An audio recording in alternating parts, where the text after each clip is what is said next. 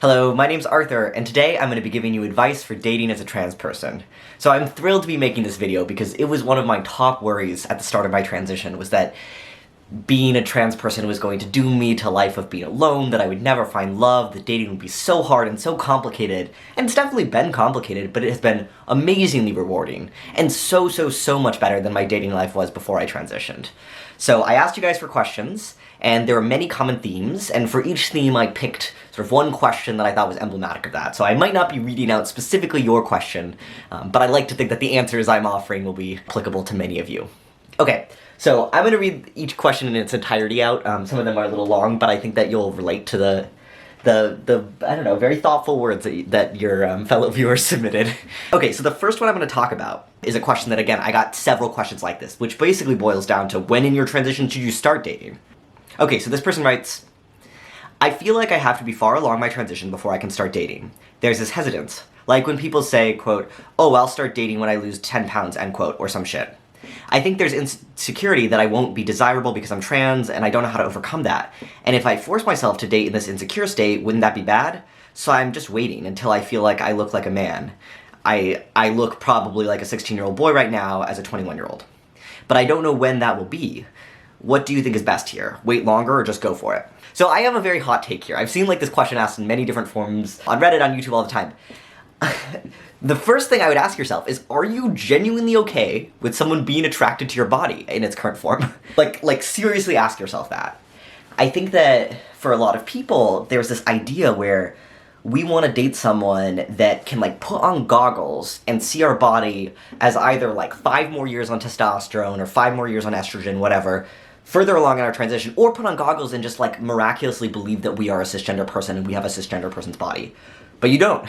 Your body is what it is in its current state in your transition. And are you okay with someone being attracted to that? And there can be clauses for sure. Like I remember I was dating when I was pre-top surgery, and I didn't like my chest pre-top surgery, obviously. Like I got them cut off. I clearly didn't like it. And I didn't want my partners to be attracted to that part of my body. And the people that I dated during that time weren't. They weren't attracted to that part of my body. But they were attracted to my body as it was all in its entirety. And that included the fact that my chest was taped down, but like they were looking at me, they were perceiving me, and they were attracted to me. And maybe they weren't attracted to that specific part, but they were looking at my whole torso, they were looking at my whole body, and they overall were attracted to me. And I think there are some people for whom when you're pre-top surgery, like that wouldn't make you feel good. Like even if the person is not ogling your chest, the fact that they're looking at your body overall and they like it might make you feel bad. And so you have to think to yourself, like, are you okay with that? Are you okay with them being attracted to you? The reality of it is, like, it is not going to be a good situation if you really hate your body and you're with someone that likes it. Like, that's really awkward, that's very uncomfortable, and that won't be good for either of you. But maybe you're in a position where you're okay with your body, you like the path it's on, you're happy about that, but you're insecure about what other people might think. And you have you're projecting some sort of feelings about hypothetically someone might feel a certain kind of way about your body. In that case, maybe you can be open to it, right? Like, yeah, of course you want more of a beard, you want to pass better, you want to look older, yeah, but we all have some amount of insecurity. And so you're okay with someone being attracted to you, you're just worried they might not be. That's different than feeling not okay with someone being attracted to you. So there's a difference, I guess, yeah, between the worry that someone won't be attracted to you and genuinely not being okay with someone being attracted to you. Then, I think the second thing, that piece of advice I would have, is I err on saying, wait. I know, and it's crazy. But I would frame that wait in a very particular way. I think that the first years of your transition are amazing. Well, they're very painful for a lot of us. They're very uncomfortable. It's so awkward being in this middle zone where, like, as this person was talking about, like, that, you know, he doesn't get read as the right age, right? And no one likes that, right? You want to look like the 21-year-old man you are. You don't want to look like a 16-year-old boy. It's awkward when we're halfway passing. It's awkward when our voice is cracking. It's awkward, but it's actually also this like beautiful time of this singular moment when you can have so much personal growth, like growth you've never seen. You're forming, like, what man are you going to be? What person are you going to be? Like, you get to choose that, and you get to change so much about yourself in such a, you know, finite set of years, and most people are not handed an opportunity like that. And I think that is beautiful. And I remember vividly, so I was dating a very serious ex towards the start of my transition. And I've talked about this in another video, he was a wonderful person, but because he loved me, he had a view about the kind of man he thought I would be. And these were all very positive things, like he had a view about how I would style myself, a view about how I would interact with the world, about what kinds of hobbies I would enjoy as a man, because, like, he knew me and he loved me, and of course, like, you're, like, excited for this person, right? You're like, oh my god, like, this person is going to become a man. I can't wait, I have a vision about the kind of man he's gonna be. And that's just inevitable when you're dating someone, is that they are going to think about you and care about you and have some sort of ideas about what you should and shouldn't be doing. And I think that it was so wonderful that because we broke up, I had the freedom to become the kind of man that I was meant to be. I had the freedom to explore all kinds of styles, to explore all kinds of ways I could interact with people, and to really discover myself. And I think something that I found that was really, really core to me is that I love being like a social organizer and connector and hosting parties and gatherings and being extroverted and being like a goofy guy. And that was something that I don't think that like that ex in particular has a vision for me, and that was something that ended up being really important to me. And it is totally because I was single and able to try things out that I could discover that type of man, like that archetype of like the goofy guy at a party. Like that's who I'm meant to be, and I found that. It reminds me of broadly like people when they're on a big journey of self-discovery, that's a time that it's often good to keep that to yourself, to do that yourself. Again, in a way that's beautiful. Like, to not date when you're early in your transition, not because being trans is bad, not because you need to improve yourself, but because you have a amazing opportunity that many people will not ever have in their life. And so I'm reminded of like this example that this person gives of, oh, I'll start dating when I lose 10 pounds. I think there's a huge difference between someone who's like thinking about losing weight because, okay, maybe they were mindlessly snacking in the winter, they put on some weight, and now they're just like, oh, I gotta like get my health a little more in check. That's one thing. But let's say there's another kind of person that is on a serious health journey. Like that, they grew up with a certain kind of lifestyle that promoted unhealthy eating, they are stress eating at work, they have a sedentary lifestyle, they're like, oh my god, something really needs to change. And so they need to figure that out. If you start dating at that stage, when you're like, wow, like, I really need to take control of my health and my life, you're gonna date people that fit in with where you are right now, right? Like, the kinds of dates, the kinds of activities you're gonna do are based on your current lifestyle. And so maybe that means, like, sitting and eating junk food at the TV, if that's, like, where you're still at. And maybe, for that person, they go on this journey and they discover, like, they love hiking. And that's, like, the thing for them is hiking. Well, they might wanna be dating a hiker, right? And you wouldn't know that if you started dating when you were at the beginning of your self-discovery journey. I think of that like really just broadly. It's like if you're in the thick of it, of like figuring out who you are, like you should just enjoy that. And again, it's a fine line, right? Because as this person was saying, it's like you should always be growing and trying to mature yourself as a person. And so you don't want to like wait until you're 1000% perfect and done, because you're never gonna get there. But in my mind, I think of it as like 80%, like, that's I guess where I would call it is I started dating when I was like 80% of the way there on my transition. And for me, that was like about a year, depending on how you say it, a year or 2 years into my transition. Because it was about a year on testosterone, but like 2 years into my conception of myself as a trans person. And at that point, I had a lot of growth left to do. Like, obviously, I hadn't had top surgery, I hadn't figured out how I was gonna fit into the gay male spaces I ended up fitting into. There's a lot of like things that I still was figuring out about myself, but I knew what path I wanted to be on. So, I didn't have top surgery, but I had figured out how to tape my chest and feel good about that. I didn't have like a queer friend group, but I had an amazing friend group within my PhD program. I wasn't as buff as I wanted to be, but I was going to the gym. So I was already on the right path. And so then when I started dating, I was finding people that like fit in with the path that I was on and that, liked where I was going and where I was in that moment. And so that's what I would recommend is like, reflect. Are you mostly there? Have you done most of the work to figuring out who you are and where you want to go? And that's a good place to start letting people into your life. And so I think a very reasonable way to approach this also, when you reach that place of starting to be ready to let people in, is with activities. When I started dating people, I was doing that because I felt good about myself and because I wanted to be doing those things with people. Like, I wanted to be going to cute restaurants and trying new food and hearing about someone's life. I wanted to be going to bars with someone. I wanted to have, like, little sleepovers. Like, I wanted the activities that dating entailed. I didn't want, like, a serious life partner. I didn't want someone to validate all these things about myself.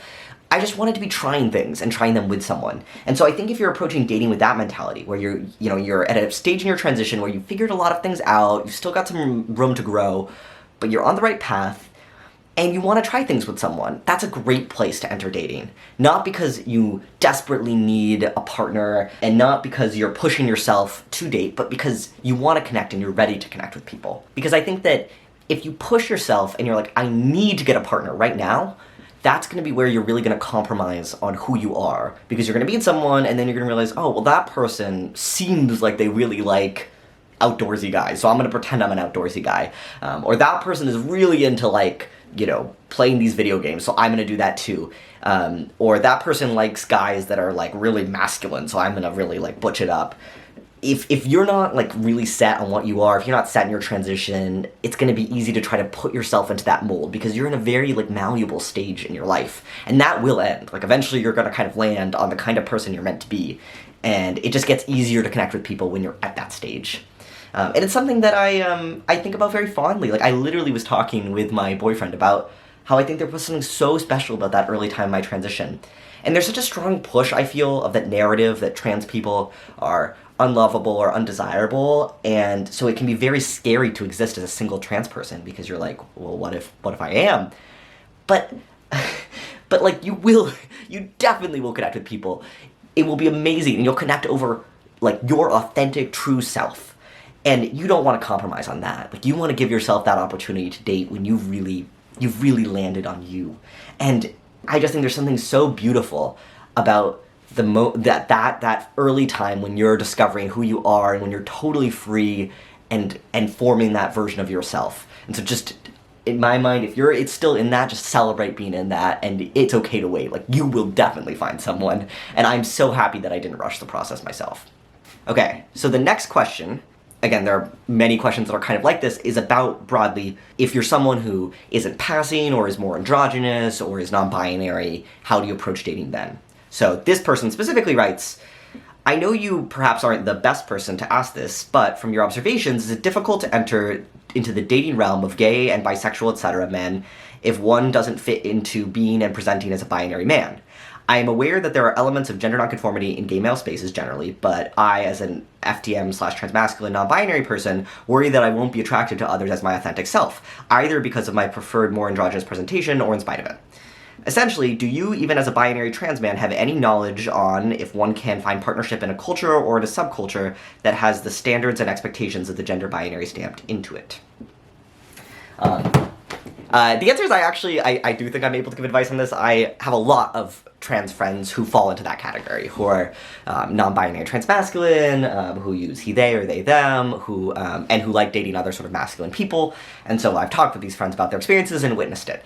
I think the first thing I want to say is that in relation to the previous question, you're coming at this from a great place because you know who you are, you love who you are, and you just need to find someone that also appreciates that. So that's like a really, really good starting place. You are non-binary, you are somewhat more androgynous, and you want to fit into sort of these spaces of people that are into sort of androgynous masculine people, and you want to find someone that's attracted to you. That's a great starting place. I think the answer is absolutely this is a doable thing. There is totally the reality that the mainstream gay male culture centers a certain type of body and a certain type of experience. And yes, and that like is sort of a more masculine, more muscular, sort of sometimes twinky, like that aesthetic. But in response to that, there are so many gay male subcultures that will form that are talking about different kinds of experiences, and where people who are very similar will gather to celebrate the different ways in which they are expressing sort of themselves. And I have seen I have been at many parties and gatherings where I am one of the only people that uses strictly he, him, where like almost everyone there is he, they, or they, them, and where almost everyone there identifies as genderqueer or non-binary. And these are people, who, it's not specifically people who are born female, it's a mix of born female, born male, but everyone there is kind of under the same sort of he, they umbrella. As a little anecdote on this, like these spaces, just like the norms are totally different there. And I think that's what's so cool when you can find a subculture that celebrates who you are, is that you don't view sort of, being androgynous, being more genderqueer, I hope someone will love me in spite of that. it's like that's the norm there. Like that's cool, that's amazing. You're like talking around with people and people are comparing like nail polish or perfumes or talking about earrings or like crop tops, and it's like that's what everyone's doing. And I actually even like I will feel out of place in those spaces because I am binary, and it's like it's totally fine. Like I can love an evening where I'm hanging out with people and everyone's comparing nail polish and I'm like not, because I don't do that. And I can love hanging out with gender nonconforming people and be like, this space is more centered around gender nonconforming people and I'm not really one.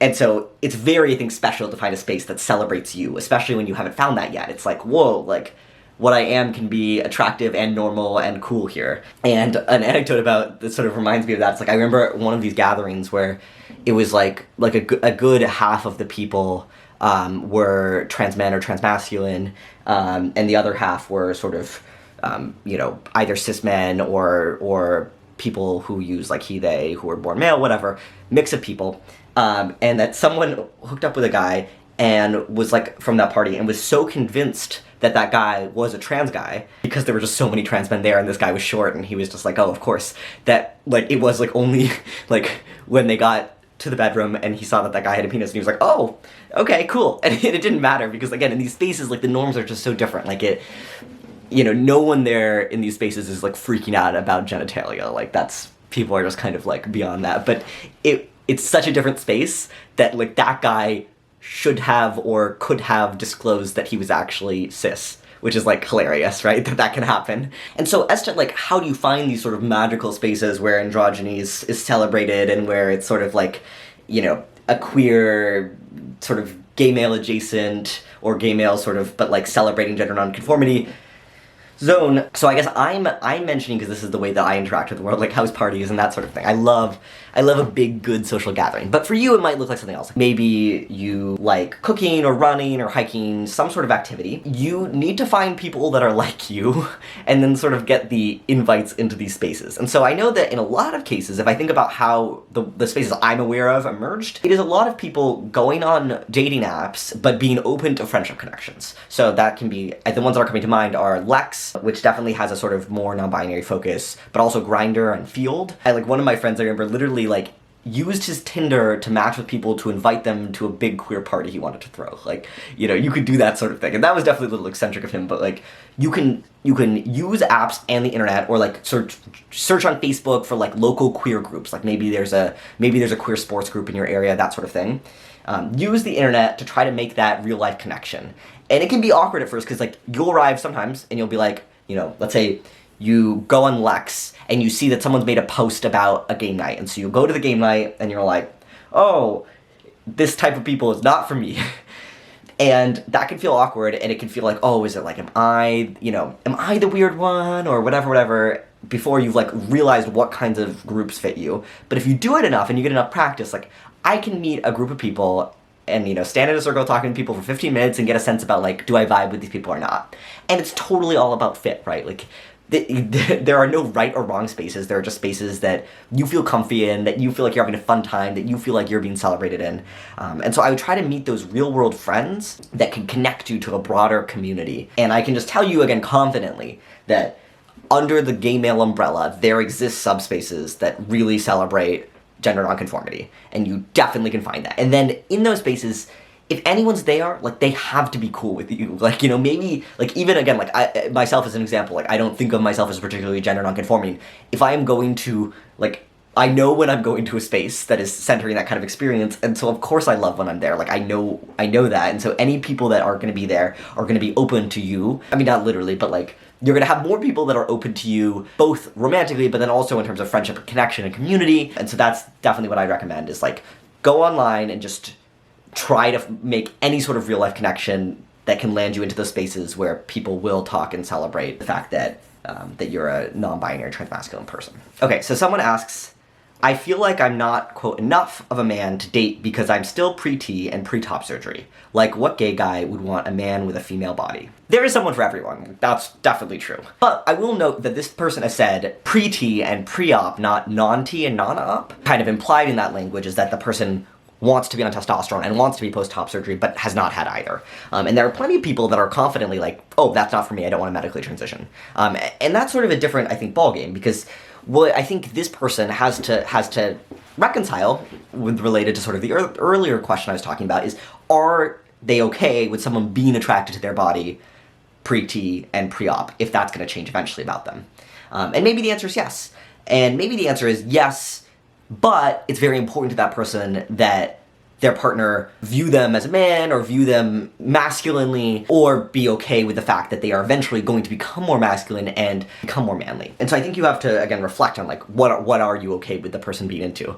Because, you know, if you're dating someone, you want them to be into you. So then I'm gonna give again, people will say that this is a you know, oversaid piece of advice, but I really do feel positively about it, which is, I think the more you are not conforming to people's expectations of what a man is, the more positive the experiences you will have with dating other trans people and bisexuals will be. And so that's not to say that there don't exist cis gay men who will be attracted to you and your body where you are.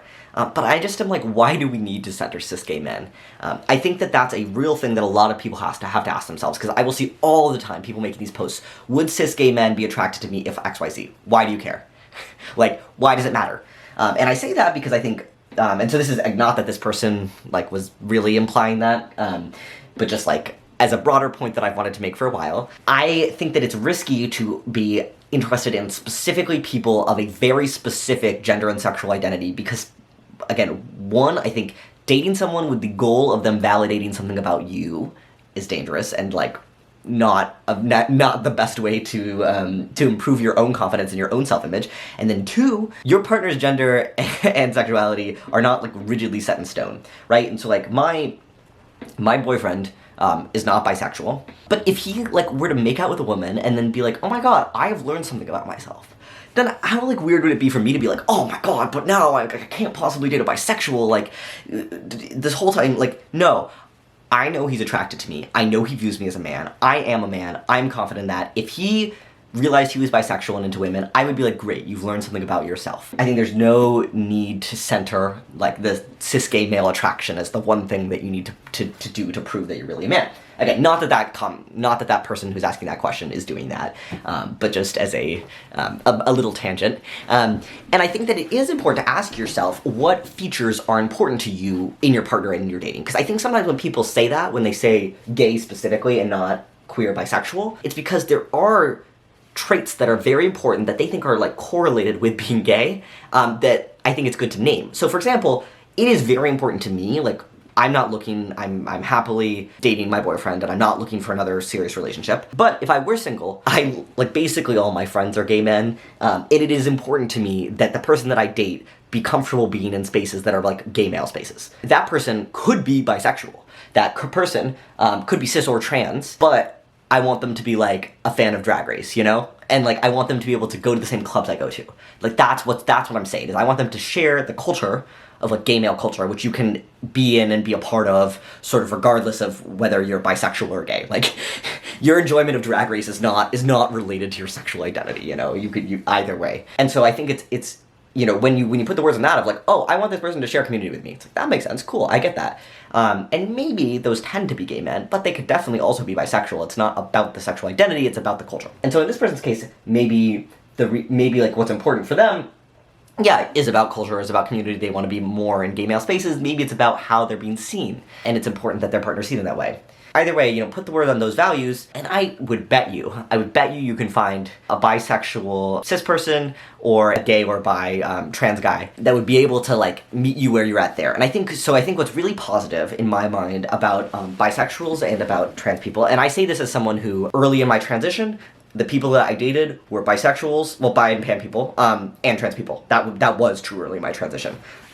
And I don't think of that like I think of that as like having been particularly important in that time in my life, and now I feel pretty neutral to the fact. Like I still will hook up with bisexuals and trans guys, but it's no longer like a priority. But it was really, really lovely back then because I knew that I didn't have to explain parts of my body to these people. Like, these people were already broadly aware that bodies can come in all shapes and forms, and were attracted to the masculinity that I embodied, but were not repulsed by the sort of like way that my body was when I was earlier in transition. And so I think that's really wonderful, because I think it's very hard if you already are kind of wanting your body to change to then try dating someone who also needs like reassurance about your body and is unaware and unfamiliar. Like that's just like giving yourself more work. Like you already are trying to work on yourself, and now you have to like console this cis gay man that has never experienced a body like yours, and it's just like not worth it in my opinion. Like now, again, I will hook up with cis gay men that have never seen a body like mine, and I am happy to do the like, I joke with Harry, it's like the dumb 15 minutes afterwards. Like I know exactly the text to send, I know exactly the things that I say that, you know, when they're like, wow, I've never, you know, experienced this before. Very happy to do that, not a problem for me. And that is largely because I'm so happy with where I'm at, and I was just not in the stage where I wanted to be doing that kind of discussion when my body was earlier in my transition. And so I just really think that could be something wonderful where you can get all your needs met with bisexual guys and trans guys. So like, why put yourself through the work of cis gay men? It's just not really worth it in my opinion. And the other thing is, I think you need to be really confident and clear about what kind of man you're bringing to the table. Like you are a man, and you're like, you feel like you're not man enough because of your body. Well, find other things that make you man enough. Like find the kind of man that you're embodying and the kind of masculinity that you are, you know, that you think makes you sexy and that you think makes you desirable, and be very clear about that. Because yeah, like if you're starting off dating and you're like, I don't feel like I'm man enough, I don't feel like I'm attractive, then people can get that energy, and that energy is not attractive. If you're pre-T and pre-op, but you feel like, yeah, like, I am really good at approaching guys, making small talk, I'm a great dancer, like, I'm a real gentleman, I plan amazing dates, bring that energy. Like, figure out the kind of man you are, that you're becoming, and why you're hot, and lean into that. And maybe it's not all about your body, maybe your body isn't where you want it to be, but know what you're bringing to the table. So the next question is, if you're stealth, how do you casually bring up that you're trans with the person you're interested in without it being weird?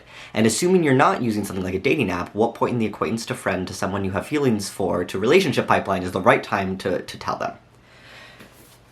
So, the easiest way, for sure, to tell someone you're trans is to sort of really casually bring it up in a way that makes it seem like some sort of, you know, in a funny joke, that makes it seem like you're confident, that you love the fact that you're trans. Like, that's the best way. They don't need to directly respond to it, they can mull over it in their own time, and it makes it seem like something that's like a positive about you, that's not a turn-off. Like, why would they be turned off? Like, he loves it, he's talking about it so casually. That's the easiest way. That might not be the right way for you, because that assumes that you do feel casually about it, that you do love it, that you do feel positively about it, and maybe that's not where you're at. And I know for me, this is something I've thought about a lot, because that is often not where I'm at, and I wish it was where I was at, but it hasn't been. And, you know, the person is going to respond with the energy, like, to the energy that you bring to the discussion. And so, you know, I have had two people that I have had to tell in a romantic sense that I was trans. The first time, I told him after a couple of dates that I kind of realized they were dates, and he didn't know that I was trans because we met in real life in a context where I hadn't been talking about the fact I was trans. And at that point in my life, I was not really telling people that often, and so it was pretty serious to me, and so I sent him a message that was like, hey, before we go any further, I just need to tell you that I am a trans guy, blah, blah, blah, blah, blah, blah. And then he responded to the energy that I gave to the situation and was like, I've never been with a trans guy romantically, but I'm really open to it, thank you for telling me, sort of with a serious but sweet response. And then with my boyfriend, similarly, I was in this stage where I was like, I felt awkward about it. It was hard for me to be telling him, but I wanted it to be more casual. I was like really working towards me being more open about the fact that I was trans. And so I decided, you know what, I'll just mention it like casually, like intentionally. Like I planned for the night that we got together, that night I had planned that I was gonna tell someone that I was trans, and I was gonna practice it. And so I told him in a funny story, in a way that made it seem like I was really casual about it, and he never had to say, like, I'm open to trans men, because I didn't, like, prompt him to say, like, I'm telling you because I need to tell you because I'm interested in you. I was just saying it in a story, so he never needed to say it, but I knew that he must be because he was still interested in me. And experientially, that was a lot more fun, for sure. But the result of that was that, like, later on when we started dating, he told a lot of people that he was dating a trans guy, because to him it was interesting and different. He'd never dated a trans guy, and he believed that I was really open and thought it was a cool, fun fact, because that was the energy I had given to him. And he would have had no way to know that, in fact, that was a very special and important thing that I told him, because I told him in a silly little joke. So, you know, pros and cons, right?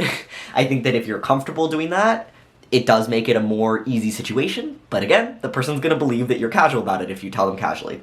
I think that if you're not casual about it, which for many of us we aren't, I think another really good option is to tell the person in a way that makes it clear that you're telling them because you're close to them, but is not prompting them to have to say, I am or am not interested in trans men.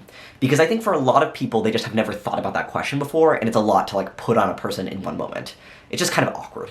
And so I think instead, let's say that you're hanging out with this person, and you're in that I have feelings for this person, not sure where it's going zone. Then you could say something like, you know, oh, also my light just went out, so now my face is dark, but we're just gonna continue with it. Okay, you could say something like, oh, I normally don't tell people this, but because I'm close to you, you know, blah, blah, blah, and then, like, tell them something, some sort of story, some sort of thing in your life that came up because you're trans, like, but I'm actually transgender, and it's been so frustrating, my testosterone prescription keeps on getting sent to the wrong pharmacy, and I have a hard time getting it filled. Isn't that annoying? And so then you're prompting them to respond to the story that you've given them, which is that you're having a hard time getting testosterone filled, and not, like, to the existential question of, like, what do you think about trans people? So I think that can be a good way to balance those two things, so, like, make it clear that this wasn't a casual thing you told them, but make it that the reason you're telling them is not, I would like to sleep with you, which is just, like, it's a little more awkward. So, relatedly, someone else asks, bi trans man here, mostly looking to date women, how soon to disclose transness? Do I put it on my dating profile? So, this I view as a somewhat different question, because the other person was specifying, like, stealth and not in the dating profile context. In the dating profile context, this is the situation. If you put that you're trans in your dating profile, you will get women, or, you know, people broadly if you're, you know, based on what you're interested in, but you will get people who are neutral to positive about dating a trans person. If someone feels conflicted or negative about it, they just won't swipe on you. If you don't put it in your profile and then you have to disclose later, you will have some new people introduced to your dating pool that you have to contend to. So some people are going to reject you because you're trans once you tell them. That will happen. They didn't know, and it is a turn off, a deal breaker for them. They will reject you. You will also have some set of people that are open to it, but wouldn't have guessed that they would have been into a trans guy. They met you in real life, they loved your personality, they realized they had misconceptions about what trans men were, and they wouldn't have swiped on you, but now that they've met you, they actually can reflect on it and are like, you know what, I'll give this a shot. And so obviously, no one is removing the fact that they're trans from their dating profiles because they want to be going on dates with people that will ultimately reject them for their transness. The first category of people is undesirable. It's that second category that's a little bit of, like, the question for us, right? Is people that initially wouldn't have been open to it, maybe would ultimately. Here's my predictable opinion. I just, like, don't think those people are worth it. Like, dating as it is already complicated and hard and brings up lots of feelings about ourselves, and I just, like, really personally don't have any desire to, like, sit through those conversations with people. Even as it is, people that will, like, I've never not had it be on a dating profile for me, because, as I said, I hate disclosure. I hate it. It's so awkward for me. I'm just, like, not very good at it, and this takes it out of the ball out of my court. I don't know if that's an expression, but I don't have to deal with it anymore, which is great. I don't want to be dealing with it. I want people that will be, you know, have some concerns or apprehension or newness around the fact that I'm trans, and I'm happy to deal with that. That's cool. That's great. They at least, like, know that they want to try, and I don't want to deal with anyone that doesn't know that they want to try, you know? But I think that where you fall on that spectrum, totally, like, non-judgmentally, is based on you and your own preferences. As something you can reflect on. So, for example, what I said is I hate disclosure. It feels very icky to me. Like, I have a very hard time doing it smoothly because my transness does feel, like, intense to me, and it just isn't something I naturally bring up. Maybe you're more confident and charming than I am, and maybe you actually really don't mind disclosure. Like, it's not a big deal for you to send a text after a date being like, loved getting to know you, before we take any next steps, I need to tell you that I'm a trans guy. Maybe that's just not a big deal to you. In which case, maybe that shifts you more towards that direction, towards that being interesting. And the other point I want to make broadly is that I think that dating apps promote a very unhealthy attitude around dating, where it's like sort of points or something, right? Like, you want to get as many matches and as many messages as possible, because, like, they gamify it like that. That's not your fault, that's how the system is designed. Every person, cis or trans, interacts with these apps and gets, like, a dopamine rush from, like, the volume of matches. You don't need volume, you need one good fit. I mean, maybe differently if you're poly or whatever. But most people, you just need one partner. You just need one good match. You don't need hundreds, it's not a competition, you just need one good match. I think that's a mantra that we can all, cis and trans, try to hold ourselves to, right? It just takes one good match. And so I think that a lot of the temptation to remove the fact that you're trans from your dating apps is that it will increase the number of matches and messages you get. That's definitely true. I feel pretty confident about that. On average, people have apprehensions about trans people. There are some people that, again, view it as a positive.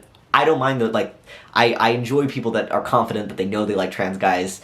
I find it easy to rule out the creepy people and focus on the people that, that their positivity around it resonates with me. That they're a minority, for sure.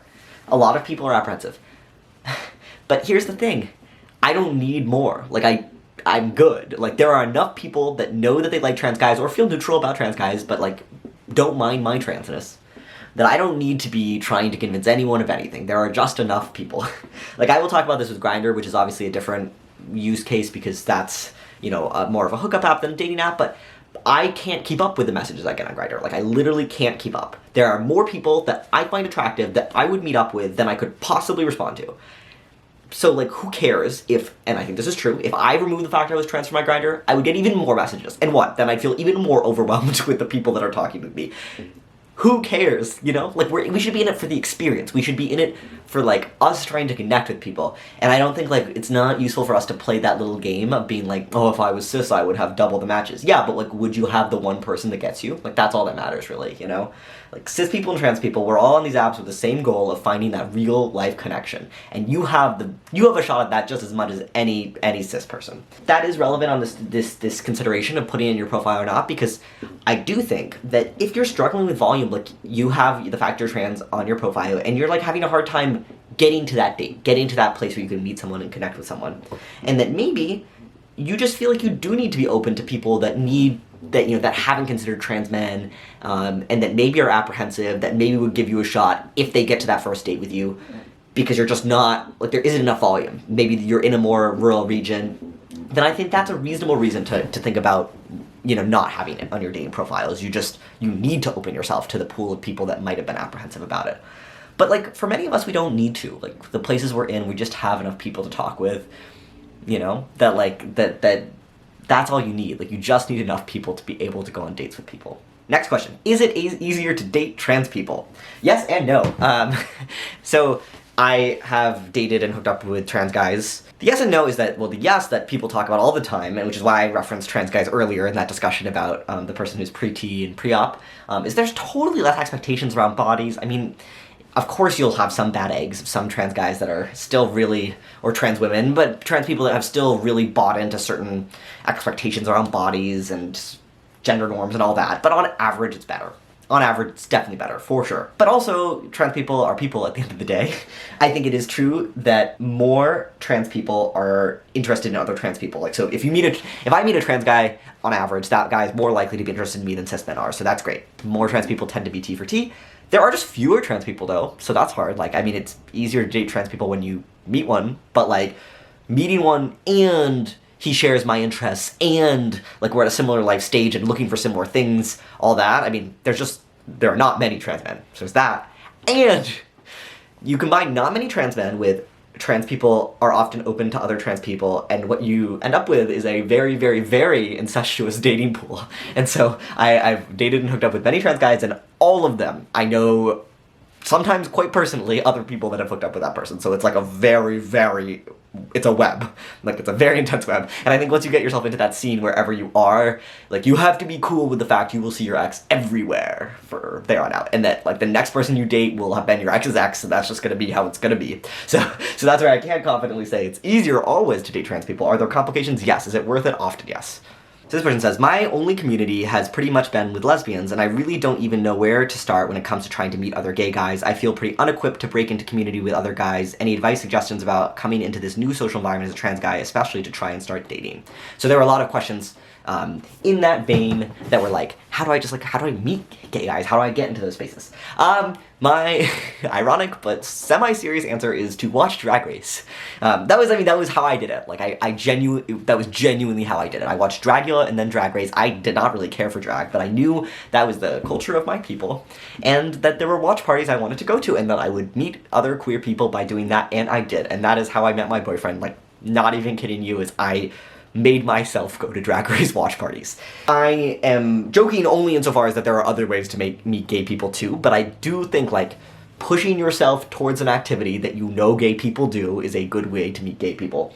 And, like, on the Drag Race example, like, I guarantee you, if you make posts on Lex, if you go on Grindr and, like, put that in your bio of, like, you want to be invited to a Drag Race watch party, if you ask around, like, you can find one. I just feel pretty confident about that.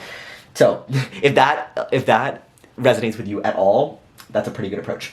The other thing is, you just really need to be one guy that's in the scene and you have, like, your network. So, like, meet one person that you really hit it off with and be like, I am looking to make more gay friends, like, invite me to things when you're doing things, like, invite me to the pre-games, invite me to the little outings, like, invite me. And again, also what I did, like, I met some people that I liked, and now it's like, my whole friend group is like, everyone brought someone. It's like, you just need to meet one person that you vibe with who has friends in that network, and then that's how you'll get in. And again, it's easier said than done. I totally get that's intimidating at first, but you don't need to form an entire community from scratch. You just need to find one person to bring you into a pre-existing community, and then you'll be part of that and building the community once you're within it. But you don't need to think like, oh, I need to, like, try to find 20 friends from scratch. Like, that task isn't what you're up against. Yeah, I would look for local gay activities. I reference Drag Race, but also, like, many cities have gay sports leagues or gay clubs. And you mentioned that this person has lesbian friends.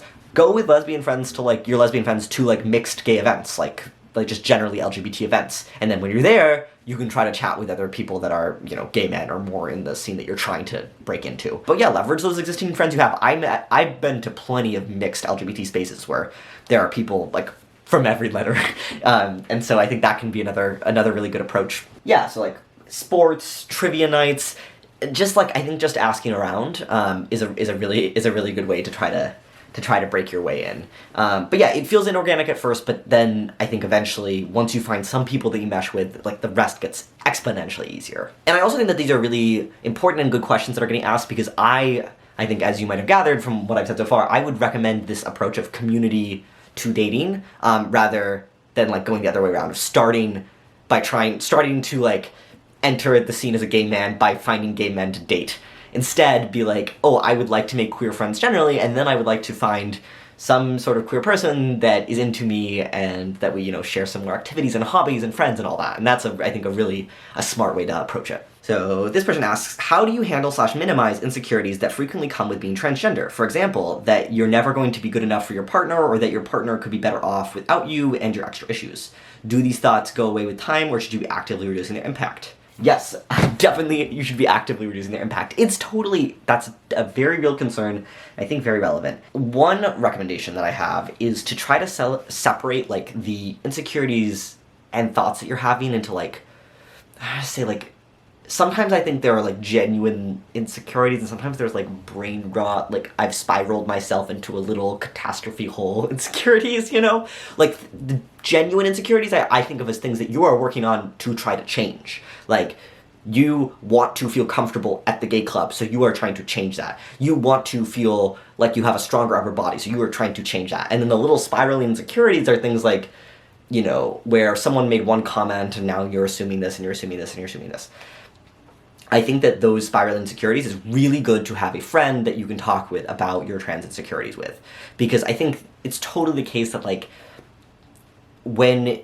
if you keep on offering to your partner, like, my transness is bad, my transness is disgusting, and these, like, little negative spirally self-doubt thoughts, like, some of that, it's hard to brush that off if you're the partner. And I think it's really good to have friends that can listen to, you know, the hard thoughts that a lot of us have and talk us down from those, and then and not have that all be on the partner. And I feel it's a little differently with these sort of things that you're actively, like, taking steps towards fixing, because then you're sort of inviting your partner in on a journey with you, right? Like, you're like, I feel insecure about my hips, do you want to go on a run with me? Do you want to go to the gym so I can like work out my upper body? Like, look at me as I'm working on this insecurity. Like, I'm inviting you in on this journey I'm on, versus like, I'm just freaking out. I also think that it's important because something that's come up in my relationship has been that it's like transness is not the only insecurity that people can have, you know? And I think that when we let those thoughts go unchecked and we say, oh, like, the world is over because I'm trans, then sometimes we're not a good partner to our partner because, like, you know, they have needs too. And so I've had times, like, I think the example that many of you know about is I used to struggle with insecurities around gay clubs. Not something I struggle with at all, and anymore. And I think that in that interim period, there was a time where, like, I kept on worrying every night that I went out. I was like, oh, it's gonna be the end of the world, it's gonna go terribly. And it would be an amazing night. Like, I would have so many people validate me in all sorts of different ways, and it would go great. And then sometimes maybe my partner would have something that he felt some sort of a way about. But, like, the fact that I had been afraid because I was trans, like, those feelings were so strong and so intense that it's like, well, that's, like, the most important thing. But it's like nothing happened to me. I was just insecure. Like, that was it. Nothing happened at all. I was just insecure. And it's important for us to, like, be able to check those thoughts so that we can be there for our partner, too, because, like, we are not the only people that feel insecurities, you know? Other thoughts about dealing with this is reflecting on what is society telling you about transness? Because sometimes I think these insecurities, like, when you're insecure that your partner could have better, right? It's because you've been told that trans people are like a worse kind of partner. And that's not your fault, like everyone gets told that. But you can confront that head on by like putting yourself in more spaces that talk about trans people positively. So finding friend groups that have trans guys where you're like, trans guys are actually great, you know? You know, changing the social media that you consume to be social media that talks about trans guys in a really positive light. You know, just making that shift actively. Like, I do not think of my transness as like a butt or like a, like, oh, in spite of my trans, like, I don't at all. I just hang out with enough trans guys that think of transness positively. I have spent a lot of time, you know, telling this to myself that now I don't carry that energy at all. I just am like, I know my transness is great. It's awesome. And, you know, maybe it's not for everyone, but I love it about me. So you can work on that actively, and I think it's important to kind of combat those messages that we get told because, yeah, it can hurt our ability to be a good partner. And then, as for other insecurities, sometimes I think that, you know, I named, for example, like wanting a stronger upper body, or maybe we're insecure about our facial hair, or our height. There are insecurities that we can relate to our transness that I often prefer to frame as not being about our transness. I think, like, I totally do have insecurities still that are related to the fact that I'm trans, but I prefer to think of them for what they are at face value. So instead of saying like, oh, I hate that I'm trans because I'm not tall, I can just be like, I'm insecure that I'm not tall. It makes it a lot easier because then it narrows it, right? Your transness is something very deep and very sacred and very personal, and your height is just your height, like whatever, you know? And I think it can be nice to just state each insecurity literally, rather than bundling it under this like big messy umbrella of being like my transness. But anyways, it's obviously a lot to that, but and it is probably going to be a, you know, it took me a couple years to get to where I am now, so it's not an easy task by any stretch of the imagination. Okay, last question. How can I get over the idea that no one will ever love my, quote, incomplete body? I yearn for love, but I can't imagine someone seeing me as a boy completely since I don't want bottom surgery. Your body isn't incomplete. And I think it's important for you to know that. So you don't want bottom surgery, right? You're done. Like that. You know, you have been told by other people that the fact that you don't want bottom surgery makes your body incomplete. But if you feel your body is complete and you don't want to make changes, it is complete. And so I think that it is really important to try to view your body as hot and sexy and enough. And that's easier said than done, for sure. But I can confidently tell you, your body will get a lot of interest. I have been just so immensely surprised by the fact of how very clearly, and again, I'll get hate comments and say otherwise, but it's just so not true. Very clearly, I am seen as male despite the fact that I don't have bottom surgery. It is obvious to me. It is not an issue. It is surprisingly not an issue. I, again, get more interest than I ever could have possibly imagined. I can tell you all that, and that doesn't fix the core problem. It won't. The problem is about how you view yourself, because part of the reason that I am able to have all this attention is because I'm willing to accept the attention. Are you willing to accept people being attracted to you and believe that people can be attracted to you and embody that you are hot and that you are complete? And I think that's the real issue here. And again, easier said than done, but I do actually have some like suggestions about this. I think that, so one thing can be, I think, viewing your body as like a little less, you know, like, your body isn't everything about the way that people are attracted to you. It's like just the like bag of flesh that we use to operate in the world, right? So like, what are the things that make you really hot and really sexy, right? And I think then you can be like, yeah, like, I remember feeling like, I was like, I make great jokes at parties. Like, I can tell funny little stories. That's what I am. And I'm like, yeah, and my body is the body of someone that tells funny stories at parties. And that's hot to some people, you know?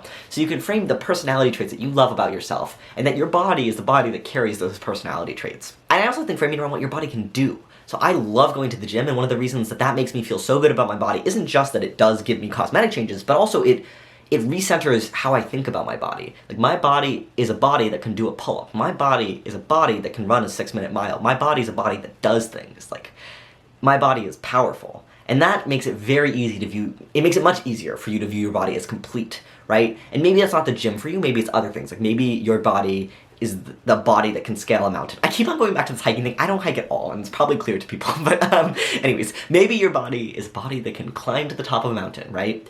But your body can do a lot, and it's very complete in that way.